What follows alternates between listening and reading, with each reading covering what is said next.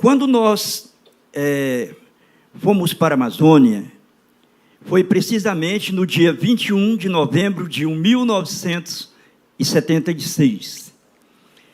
Naquela época eu tinha 18 anos de idade, era bem jovem, e decidi doar minha vida para o serviço de Deus. Tudo o que eu queria era ver o reino de Deus crescer. E Deus me deu um privilégio muito grande de conhecer a família Huber. E o pastor Lucas, que já está na glória, já está com Jesus, irmão do pastor Eibe, me convidou quando eu tinha 17 anos de idade, para ir com ele para a Amazônia. E ao completar 18 anos, então, mais ou menos um mês depois, nós fomos para a Amazônia. Quando nós chegamos lá, nós não conhecíamos ninguém, nós não tínhamos nada, e nós fomos morar na beira do rio. Armamos uma barraca lá na beira do rio, e foi a nossa primeira morada. E nós moramos lá até que encontramos uma casa para comprar. E lá na sala daquela casa, foi onde começou todo esse grande movimento.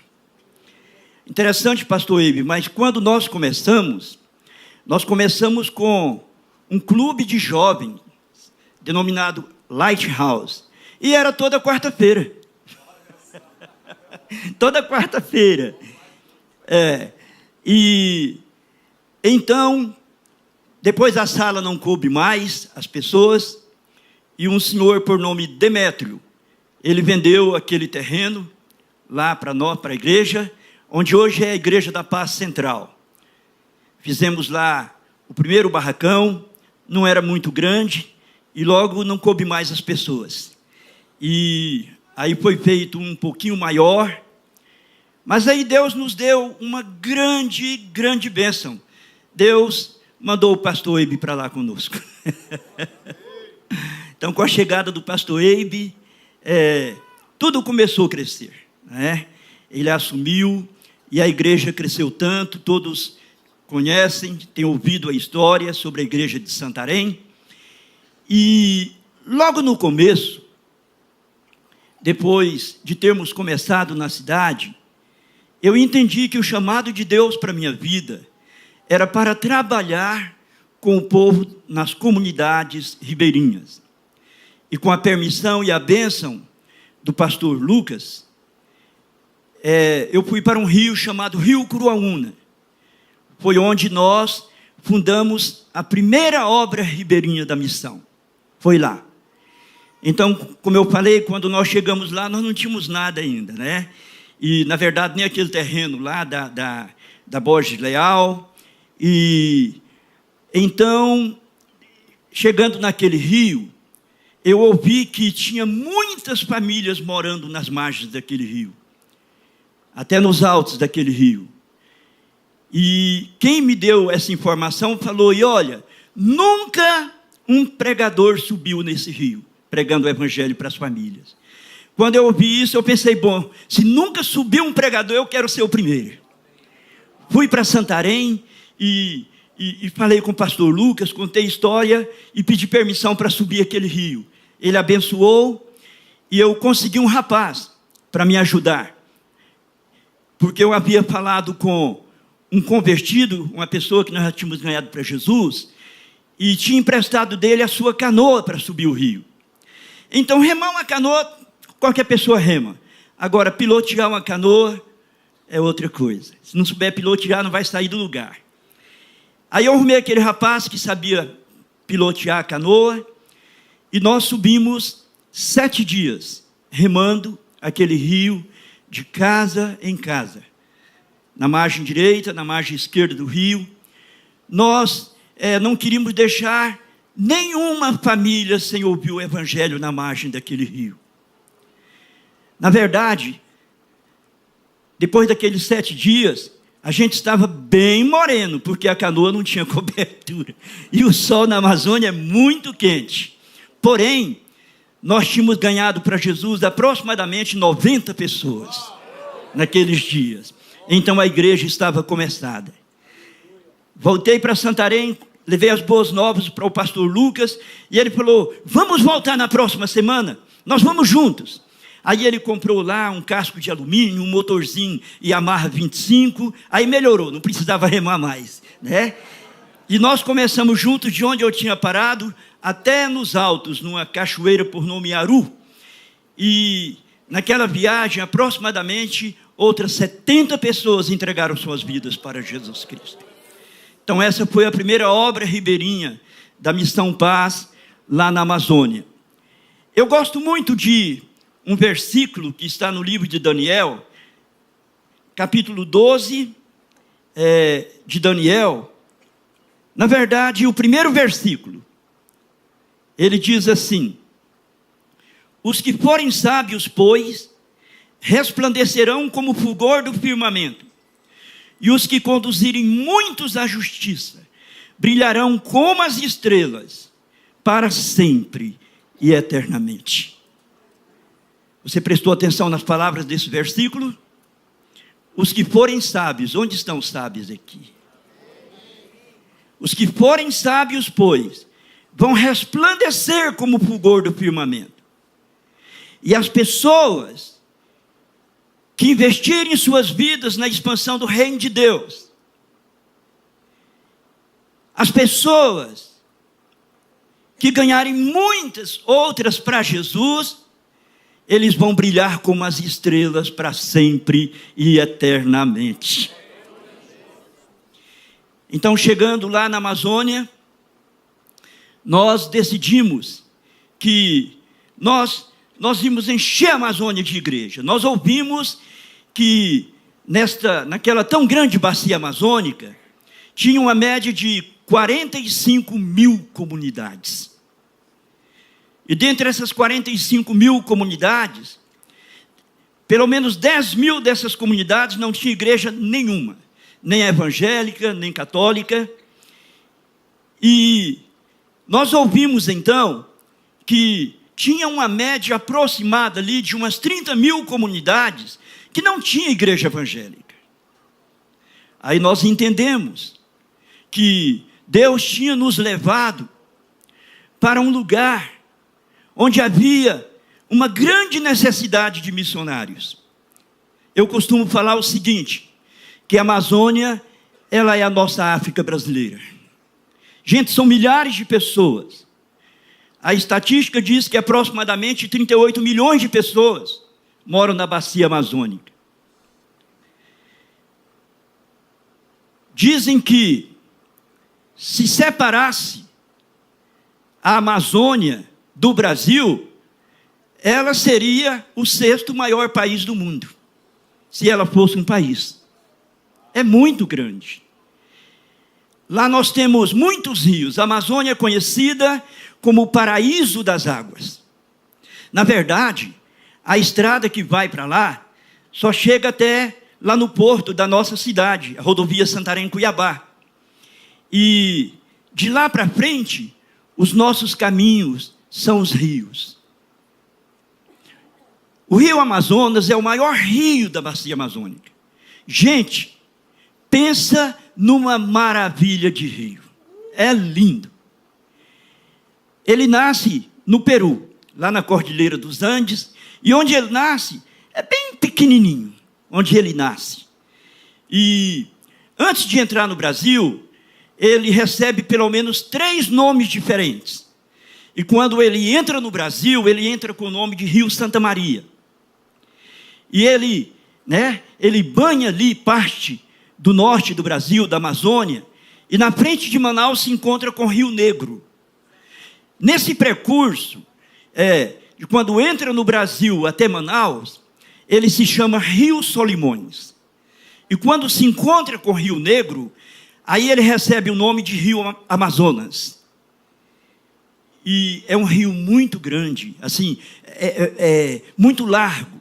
Em quase todo o seu percurso, ele tem na média entre 4 a 5 quilômetros de largura. É brincadeira? Não é verdade?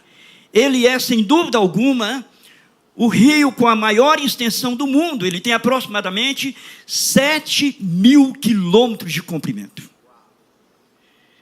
ele chega a ser 140 quilômetros mais comprido do que o Rio Nilo. E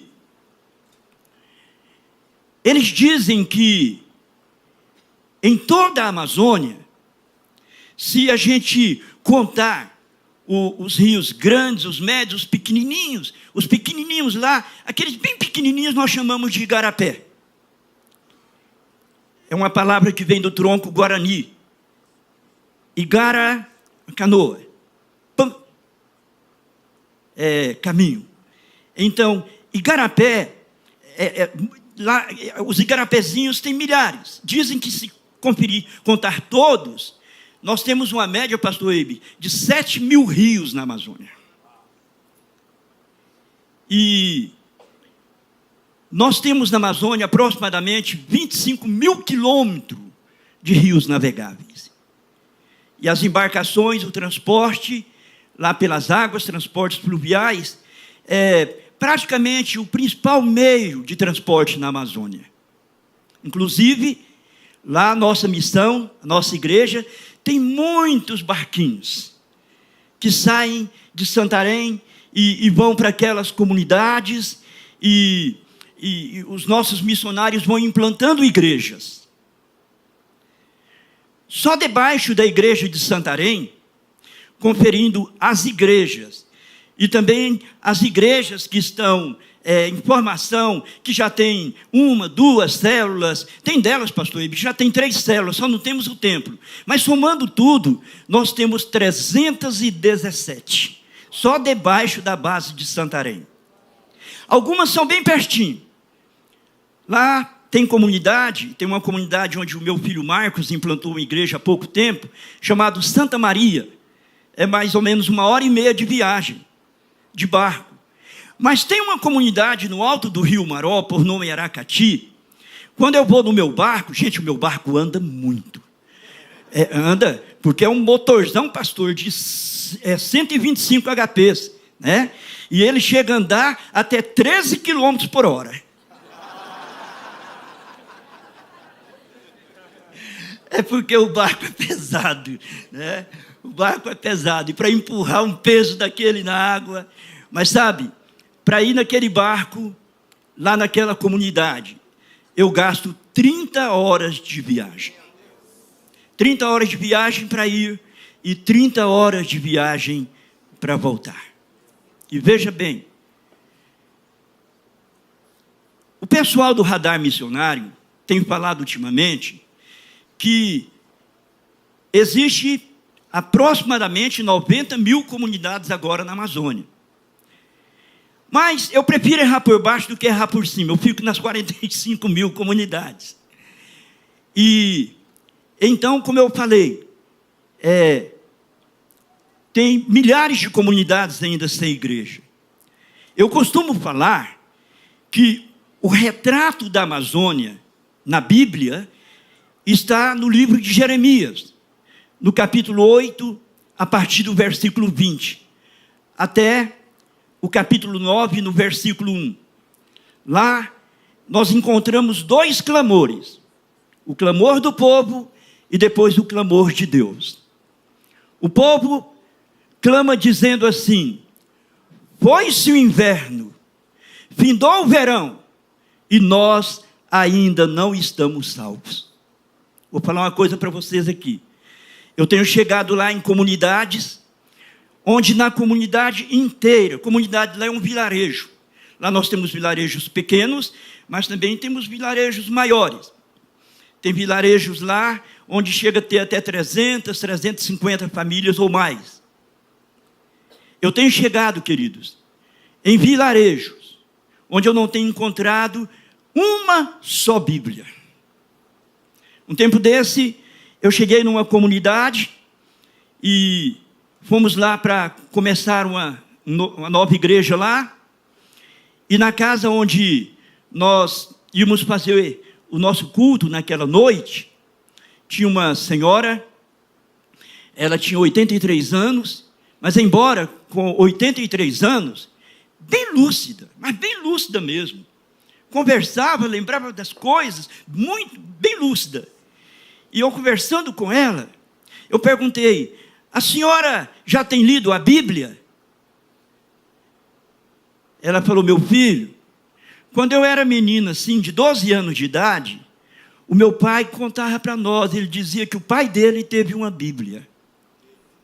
Pensei: meu Deus, a que distância esteve essa Bíblia? Aí depois eu perguntei aqui na comunidade, as pessoas têm Bíblias? E eles me falaram que não tinha nenhuma família na comunidade que possuía uma Bíblia. Eu me lembrei daquele hino antigo que diz assim: quantos com tanto e outros chorando sem nada. Esta é a realidade da Amazônia. E aquele texto que eu mencionei, primeiro vê o clamor do povo, que diz: foi-se o inverno, findou o verão, e nós ainda não estamos salvos. E depois vem o clamor de Deus. Deus pergunta: porventura não há bálsamo em Gileade? Porventura não há lá médicos? Porque, pois, não se evidenciou a cura da ferida da filha do meu povo? E Deus diz assim: ah, se a minha cabeça se convertesse em águas, e os meus olhos em fontes de lágrimas, então eu choraria de dia e de noite, por causa dos mortos da filha do meu povo. Esta é a realidade da região onde nós vivemos. Hoje, em todo lugar que a gente vai, a gente ouve a mesma frase: está bem pertinho, a volta de Jesus está bem pertinho, Jesus já vai voltar. É claro, nós queremos que ele volte logo, mas tem milhares de pessoas que nunca tiveram o privilégio de ouvir uma única vez a pregação da palavra de Deus. Algum tempo atrás, eu fui com minha querida esposa e minha filha, outras pessoas, numa comunidade lá no meio da floresta. Nós fomos pela rodovia Santarém-Cuiabá, pegamos um desses travessões que o pastor Eibe falou aqui, que tem aquelas estradas que entram lá no meio da floresta. E quando nós chegamos lá, nós pernoitamos na casa de uma família, e naquela casa tinha uma senhora de, acho que aproximadamente 88 anos de idade. E quando o dia amanheceu, algumas cadeiras foram colocadas lá no quintal, aquela senhora veio, sentou lá em uma cadeira, e a minha filha, que estava pequena, ela foi para lá, colocou uma cadeira ao lado daquela senhora, e começou a contar para aquela senhora a história do nascimento de Jesus. Como dizia a vovó, é uma história que a gente sabe de cor e salteado, não é verdade? Minha filha começou a contar para ela só essa história do nascimento de Jesus. Aí a minha esposa, vendo a minha filha contar para ela a história, foi para lá para ajudar. E foram contando a história do nascimento de Jesus.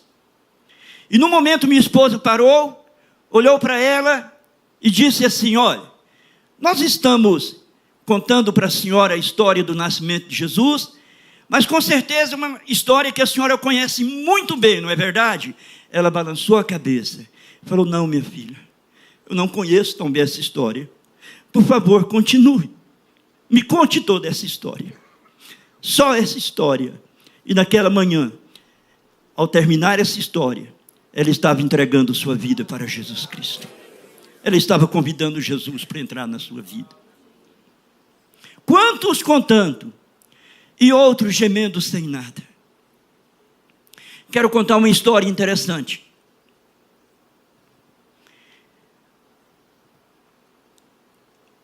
Alguns anos atrás, eu fui com minha família para um dos grandes rios da nossa região. Gente, a bacia amazônica, como eu falei, é muito grande. E tem grandes rios lá, rios imensos.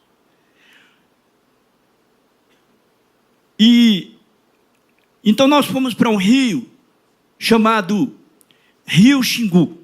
Fomos para implantar igrejas lá. E nós estávamos implantando uma igreja em uma cidade por nome Porto de Mós. Tem alguém aqui de Porto de Mós? Parece que o pastor da igreja lá, eu vi ele, está aqui, não está? Está aqui, né? O pastor da igreja.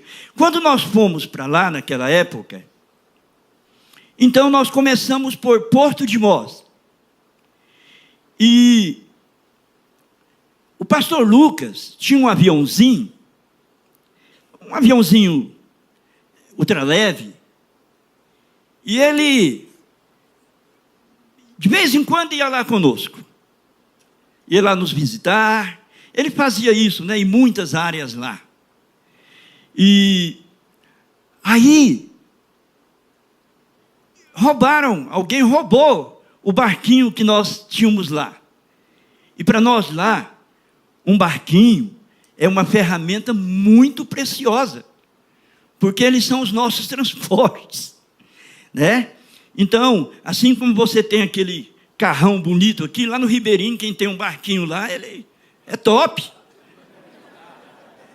E aí roubaram o nosso barquinho. Eu procurei tudo por lá e não achei. E liguei, pastor Lucas, roubaram o nosso barquinho. E ele foi para lá, no seu aviãozinho, para me ajudar a procurar o barco. E nós procuramos, subimos o rio Xingu até no alto, andamos por lá, naquela região, mas nós não encontramos o barquinho. Aí alguém falou assim para nós: olha, as embarcações que são roubadas aqui nessa região, geralmente elas são levadas para a Ilha do Marajó, lá para a região de Breves, para lá. E aquele aviãozinho, o carote de gasolina, ou seja, o tanque de gasolina do aviãozinho, era só um carote de 20 litros. Esse carote de plástico mesmo, de 20 litros. E o avião não era largo, não. O avião era mais ou menos assim, dessa largurinha. Aí o pastor Lucas sentava na frente, o passageiro sentava aqui atrás dele, aí aqui atrás estava o carote, que era o tanque de gasolina do avião, um carote de 20 litros, e mais atrás um outro carote que era o reserva. Mas só trocava com o avião tinha que pousar para trocar, não tinha como fazer isso lá em cima, não. E então, nós já tínhamos voado um pouco, e tínhamos gastado um pouco de gasolina. Na verdade, nós tínhamos gastado 12 litros de gasolina. Aí, quando nós soubemos que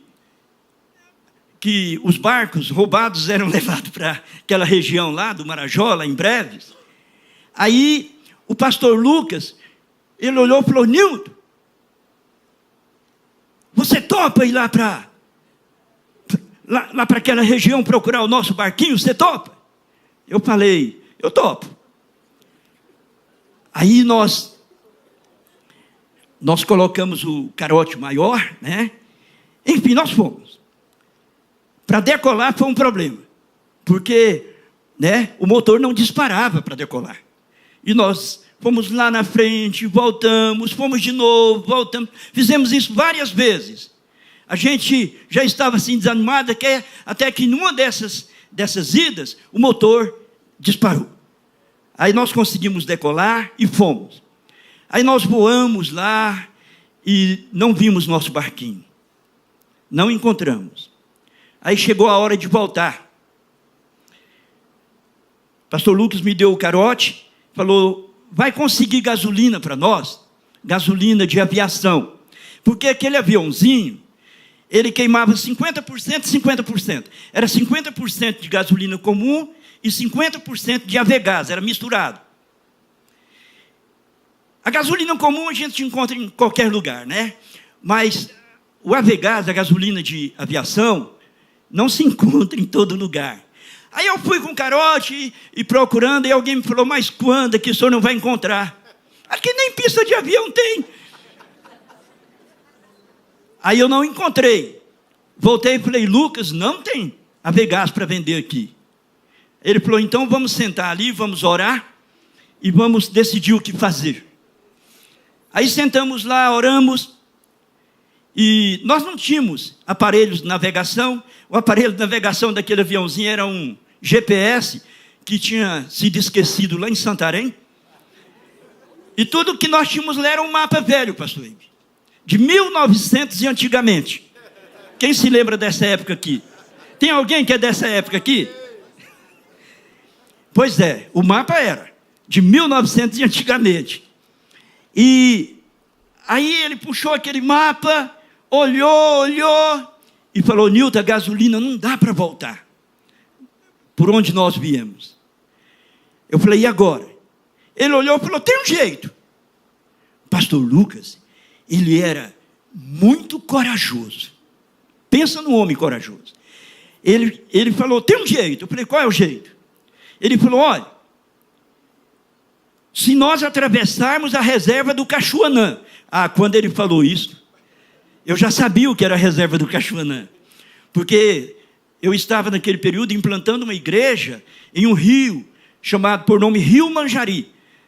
Na verdade, eu estava evangelizando lá, e é bem na beira da reserva. E lá, as onças brincam de pira. Tem esse ditado aqui, pastor? Ou aqui não brinca de pira? É só na Amazônia.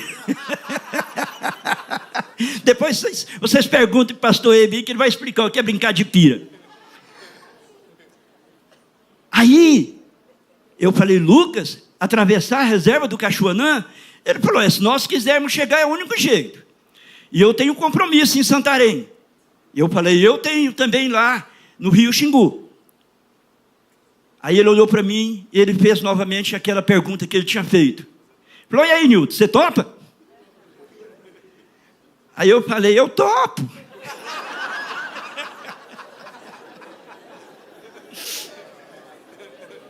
E nós decolamos.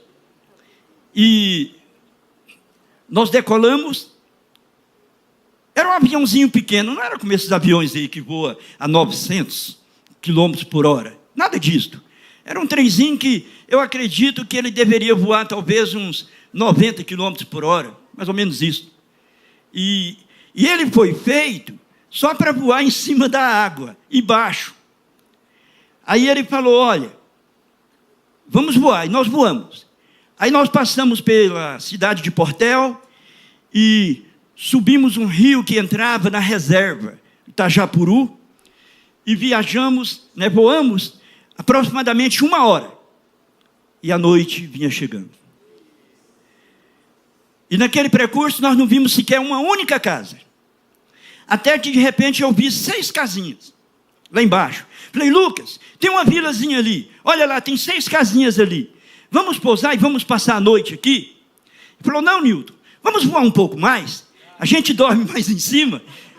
E aí a gente chega mais cedo amanhã. Eu falei: mas olha, nós estamos voando há bem 1 hora e não vimos nenhuma casa. Eu acho que é melhor a gente pernoitar aqui. Ele falou: não, você tem razão. Aí pousamos lá e as pessoas vieram assustadas, lá para a beira do rio, aquelas famílias. E aí nós nos identificamos e falamos que nós éramos pastores, que nós estávamos voando para pegar o rio Xingu e que queríamos passar a noite lá. Aquelas 6 casas, uma delas era a casa do pai e a mãe da família. E as outras 5 casas, cada uma era de um dos filhos com sua família. E o pai, então, nos convidou para a casa dele. Prepararam a galinha caipira para janta. Quem gosta de galinha caipira aqui? Aí prepararam a galinha, minha esposa prepara uma galinha caipira, muito boa. Aí, prepararam a galinha caipira, nós jantamos, e o que aconteceu naquela noite? Todas aquelas famílias foram para aquela casa. E naquela noite, nós pregamos o Evangelho de Jesus Cristo para aquela família. O apóstolo Paulo, no livro de Romanos, no capítulo 1, versículo 16, ele diz assim: eu não me envergonho do Evangelho de Cristo Jesus, pois ele é o poder de Deus para a salvação de todo aquele que crê. Nós temos que aproveitar todas as oportunidades e nunca podemos ignorar os propósitos de Deus. E toda aquela família foi para lá, e naquela noite nós pregamos o Evangelho para aquela família. Mostramos o plano de salvação, o amor de Deus. E quando o pastor Lucas convidou perguntou se eles queriam receber Jesus. Aquele pai respondeu pela família. Ele se levantou e falou: seu Lucas, seu Nilton, nós queremos sim. Todos nós vamos receber Jesus. Ele já recebeu para todo mundo. Ele falou: todos nós vamos receber Jesus. Nós precisamos muito. Ele falou: agora, eu tenho uma pergunta para fazer para vocês. Ele falou: vocês viram a distância que é da última cidade, de Portel, até chegar aqui? Eu falei: olha, nós voamos 1 hora. Ele falou: 1 hora nesse aviãozinho. Mas de barco, de Portel para chegar aqui, é 2 dias e meio. Ele falou: aqui, nós vamos na cidade 1 vez a cada 6 meses. Nós ajuntamos aqui os produtos, né? Aí na mata, o breu, jutaicica. Depois o pastor Giovanni explica o que é isso para vocês. É coisa da Amazônia, né? E salgava o peixe e descia 1 vez a cada 6 meses para vender na cidade de Portel e comprar as coisas básicas, como o açúcar, o querosene, o sal, e o resto, né? Eles sobreviviam de lá, dos rios e da floresta. Ele falou: olha, tem muito tempo que não vem alguém aqui. A última vez que alguém chegou aqui foi um regatão. Regatão é um barco que vende mercadoria. Ele falou: e como ele viu que só éramos nós aqui, nunca mais ele voltou. Não compensava para ele. Aí ele falou: olha, aí vocês chegaram aqui hoje, vocês estão falando essas coisas para nós. Nós vamos receber Jesus, mas amanhã cedo vocês vão embora. E como nós vamos ficar aqui? Nós não sabemos nada dessas coisas. Quem vai ensinar alguma coisa para nós? É o clamor da Amazônia. Aí o pastor Lucas falou: olha, o senhor tem razão, eu entendo o senhor, mas nós temos aqui uns novos testamentos. Nós vamos dar um novo testamento para cada família, e aí vocês fazem o seguinte: toda manhã, cada filho vem com sua família aqui para sua casa, e vocês leem 1, 2 ou 3 capítulos, e vão fazendo isso. Quando terminar, vocês recomeçam, e vão fazendo isso. Pastor Lucas disse assim: eu não sei quando, não posso prometer para o senhor, não sei quando, mas os nossos missionários estão saindo lá de Santarém nos barquinhos, implantando igrejas nas comunidades. Eu não sei quando, mas um dia, com certeza um deles vão chegar aqui e vão poder ajudar vocês. E deu um Novo Testamento para cada família. Pastor Eibe deve se lembrar daquele Novo Testamento que na capa era o pai segurando na mão de um filho e escrito: o mais importante é o amor. Foi daqueles. E nós fomos para o avião para decolar. Eles foram conosco até o avião. Nunca vou me esquecer do que eu vi. Nós só tínhamos chegado lá 1 tarde antes, mas nós tínhamos levado o que é mais precioso, a palavra de Deus. Eles haviam recebido com tanta alegria, e alguns deles começaram a chorar quando nós saímos. Nós decolamos para pegar o rumo do rio Xingu, e fomos. E depois que nós tínhamos voado mais ou menos uns 10 minutos, tinha muita neblina. A visibilidade era muito pouca. O pastor Lucas falou: Nilton, o nosso voo está perigoso. A gente não tem visibilidade. Nós vamos acabar batendo numa árvore alta, ou num monte, em alguma coisa. Eu falei: e agora, Lucas? Ele falou: só tem um jeito. O aviãozinho não foi feito para isto. Ele foi feito para voar baixo, aqui em cima das águas. Mas para nós, o jeito agora é subir. E subir e voar acima das nuvens. E nós subimos. Aí ele fez a pergunta de novo. Ele perguntou: você topa? Eu falei: eu topo. Aí nós subimos naquele aviãozinho, pastor Ibe, que você se lembra bem do aviãozinho. Subimos a 5.000 pés de altura. foi quando nós pudemos ter visibilidade e prosseguir o nosso voo. E nós voamos e não chegava. Aí teve um momento que o pastor Lucas falou assim: Nilton, dá uma olhada e vê que tanto de gasolina nós temos. Era difícil, apertadinho. Eu virei, olhei e falei: Lucas, eu acho que dá uns 8 litros só. E voamos. O Lucas era muito corajoso. Aí, e eu tinha muita confiança, assim, nele, a coragem dele. Só que no momento, ele começou a fazer uma oração. E a oração dele foi essa. Ele falou: Jesus, faz esse motorzinho aguentar. Aí eu entendi que a coisa não era tão assim, não. E então voamos, aí de repente aproximamos do rio Manjari. Eu falei: Lucas, nós podemos pousar aqui. Agora só tem um problema. Aqui entra embarcação uma vez por semana, e às vezes nem entra. A gente vai ter que esperar aqui até que suba um barco para puxar o nosso aviãozinho. Ele falou: Nilton, será que essa gasolina não dá para chegar lá no Rio Xingu? Eu falei: Lucas, eu não sei, está bem pouca. Aí ele olhou para mim, e naquele jeito dele: você topa? Falei: eu topo. Aí nós voamos, até que chegou o momento que ele me pediu para olhar de novo. Ele falou: olha lá que tanto de gasolina nós temos. Eu olhei e falei: Lucas, acabou. Nós não tínhamos mais gasolina. O motor estava funcionando porque tinha gasolina nas mangueiras, né? No sistema lá para o motor. E ele falou: Nilton, então agora nós vamos ter que descer. Temos que fazer isso enquanto o avião está funcionando. Aí ele olhou para mim. E ele mudou a pergunta. Ele perguntou: Nilton, você está preparado?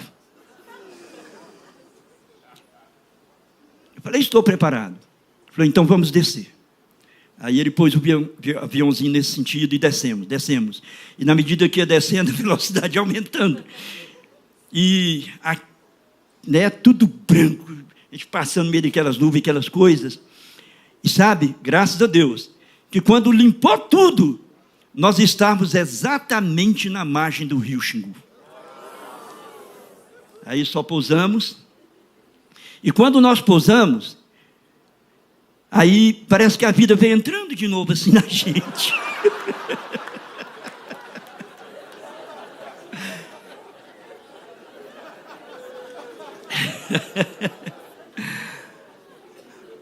Aí ele tirou o carote vazio, pegou o carote reserva, que estava com 8 litros, colocou, e olhou para mim e falou: Nilton, o Ariruá fica longe daqui?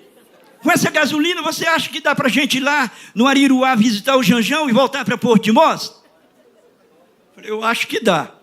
E ainda fomos para o Ariruá, né? Mas deu para ir, chegar. Mas a história não terminou aí.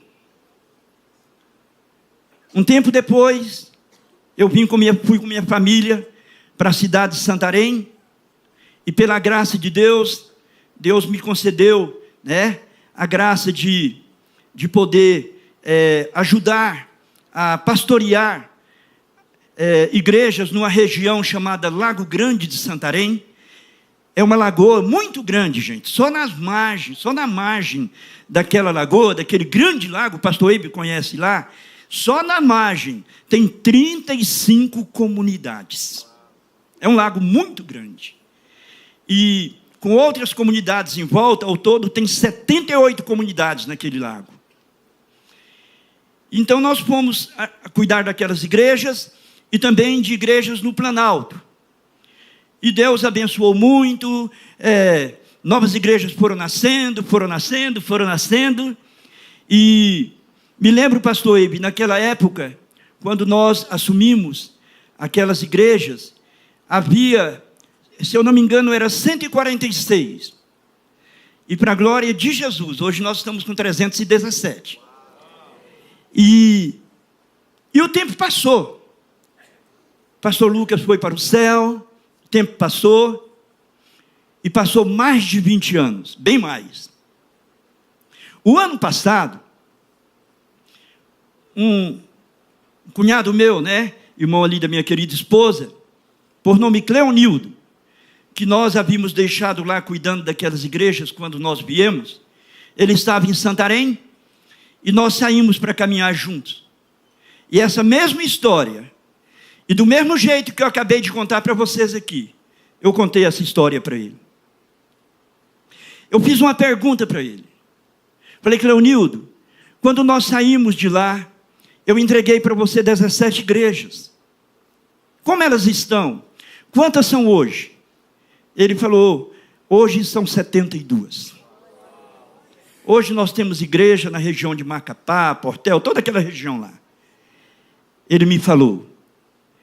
E eu contei essa história para ele, e quando eu terminei de contar essa história, ele me chama de Nilton. Ele falou, Nilton, agora você fica calado um pouco, porque eu falo demais, Ele falou, você fica calado um pouco, que eu vou te contar uma história, eu quero que você ouça a história que eu vou te contar. Eu falei, tá bom, pode contar a história. Ele falou, olha, um tempo desse, fui visitar uma igreja em Macapá, e de lá peguei um barco para Portel, lá no Marajó, onde nós temos uma igreja, ele me diz. Ele falou, e aí passou a noite, quando o dia amanheceu, eu sentei na minha rede para ler a Bíblia. Aí peguei minha Bíblia, abri, estava lendo, e dentre os passageiros, 2 homens que estavam lá mais próximo, eles me viram lendo a Bíblia, cada um deles pegou um banquinho e vieram sentar perto de mim. E um deles me perguntou assim, o senhor é crente? Ele falou, eu sou pastor. Ele falou, o senhor é pastor? Ele falou, sou um pastor. Ele falou, será que não tem como o senhor nos ajudar? Ele falou, como? Ajudar como? Que ajuda vocês estão precisando? Ele falou, olha, nós moramos numa comunidade lá no alto do Tajapuru. E há um pouco mais de 20 anos atrás, 2 homens pousaram no porto da nossa comunidade num aviãozinho.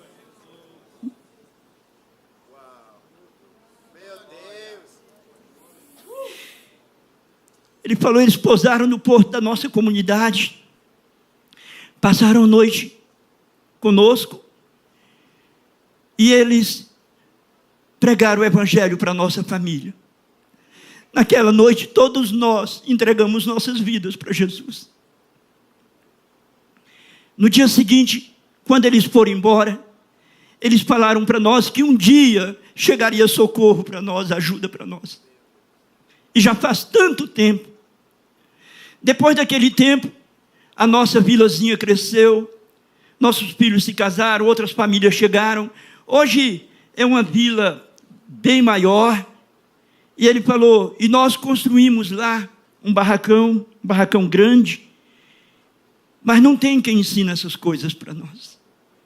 E nós estamos precisando de socorro, precisando de ajuda. Meu cunhado olhou para ele e falou, eles eram 2. Aquele magro, alto, era o pastor Lucas. Ele já está no céu com Jesus. Aquele baixinho e magro, ele era meu cunhado. E eu quero dizer para o senhor que o socorro acabou de chegar.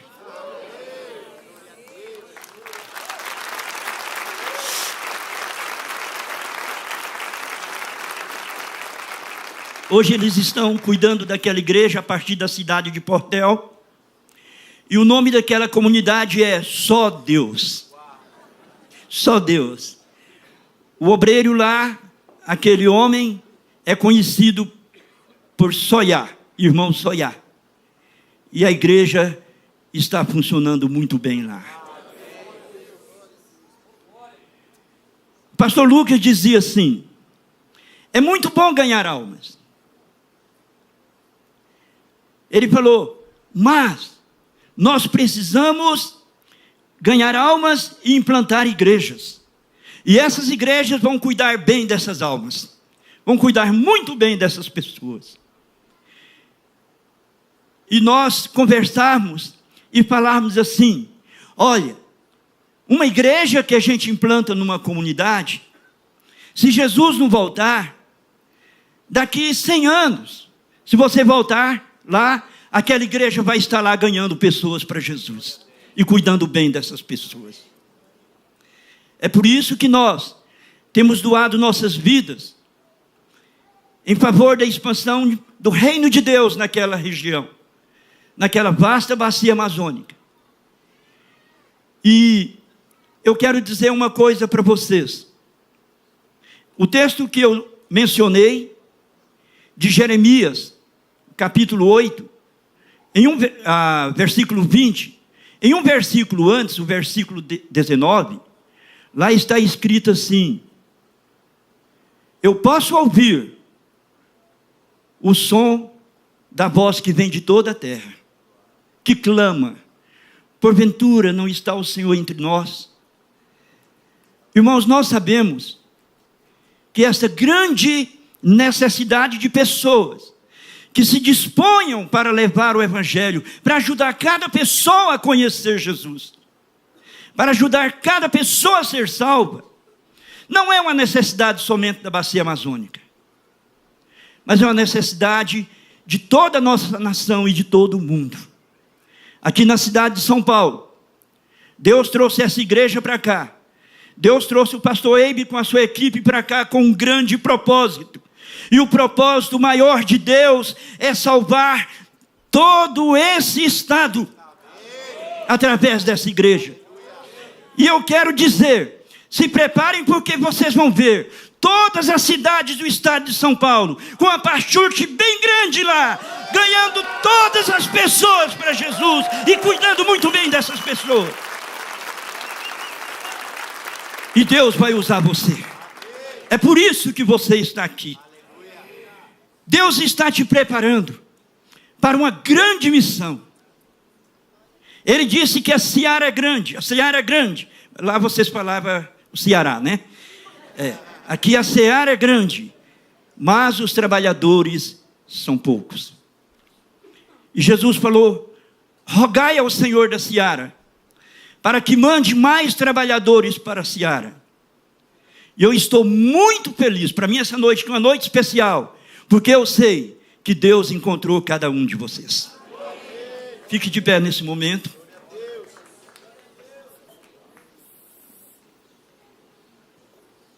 Eu gostaria de te convidar para uma pequena oração. Feche seus olhos e vamos orar. Aquele versículo que eu mencionei, de Daniel, capítulo 12, versículo 1, é muito precioso. E ele nos revela uma grande verdade. Ele diz que os que forem sábios vão brilhar como o fulgor do firmamento. E os que conduzirem muitos à justiça vão brilhar como as estrelas, para sempre e eternamente. Tem milhares de pessoas aqui nessa cidade, esperando que alguém chegue até elas. Quem sabe é alguém da sua própria família, um colega de trabalho, alguém na sua escola, alguém que você conhece, alguém que mora lá próximo da sua casa, que ele clama, ele faz o mesmo clamor, embora esteja vivendo aqui nessa cidade tão grande, com tantas igrejas, mas eles estão clamando: foi-se o inverno, findou o verão, e eu ainda não estou salvo. Deus quer que a partir dessa noite a sua vida não seja mais a mesma. Deus quer que a partir dessa noite você se torne o maior missionário que essa cidade vai conhecer. Essa igreja vai crescer muito e você vai ser um dos responsáveis para esse crescimento. Eu quero que você coloque suas mãos na posição de receber, e eu quero orar por você. Nós vamos selar aqui nessa noite esse grande propósito de Deus para a sua vida. Eu vou orar, eu vou fazer minha oração aqui, mas eu gostaria que você fizesse a sua também aí. Faça a sua voz ser ouvida no céu agora. Você pode fazer isto? Então ore comigo. Senhor Jesus, muito obrigado por essa noite tão especial. Muito obrigado, porque o Senhor me trouxe até aqui para ouvir esta palavra. E de hoje em diante, a minha vida nunca mais será a mesma. Hoje está nascendo um grande missionário para esta cidade. Agora diga: conte comigo, Jesus. Aplauda o Senhor. Muito obrigado.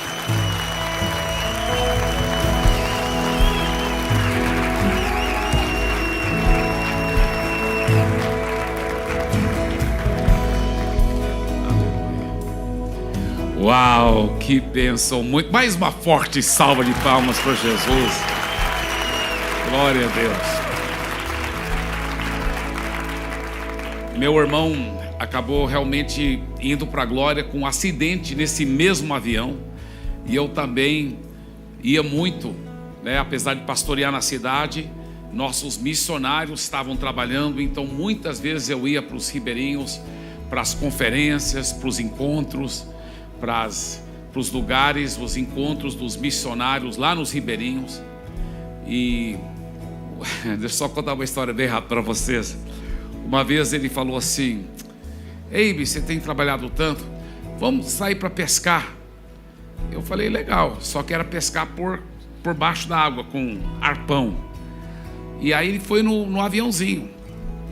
Aí foi voando em cima do rio Amazonas, bem perto.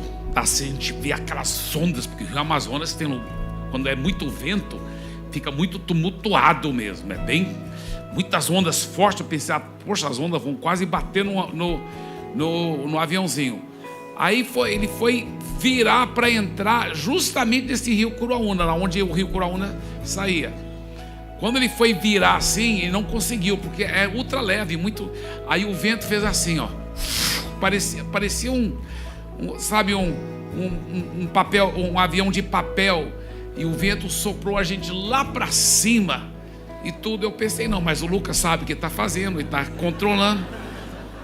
De repente, porque a gente tinha aquele rádiozinho, né, que a gente podia ouvir a mesma coisa que aconteceu com o pastor Nilton, porque ele falou assim: em nome de Jesus. Aí eu pensei: ih, rapaz, se ele está com medo, então o negócio está feio. Aí eu apliquei fé: mal nenhum sucederá, praga nenhuma.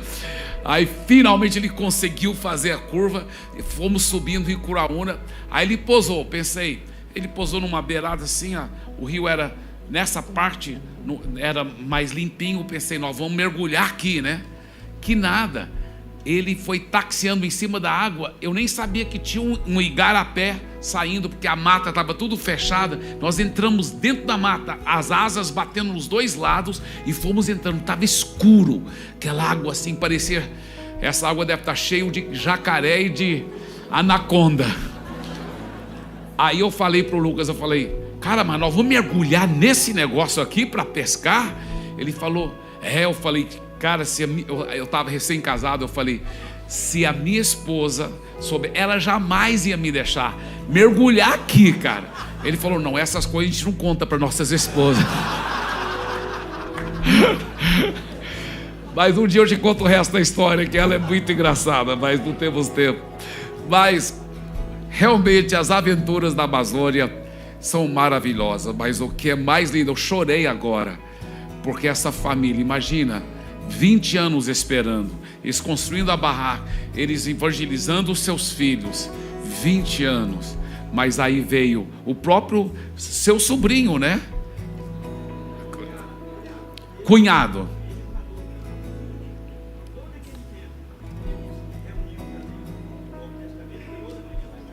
Ele falou que por todos aqueles 20 anos eles ficaram reunindo para ler o Novo Testamento na casa do pai, toda a parentela. por 20 anos seguindo as instruções que o meu irmão Lucas e o pastor Newton haviam dado. E eles ficaram orando, esperando Deus trazer. E agora tem uma igreja poderosa naquela vila. Dê para Jesus uma forte salva de palmas.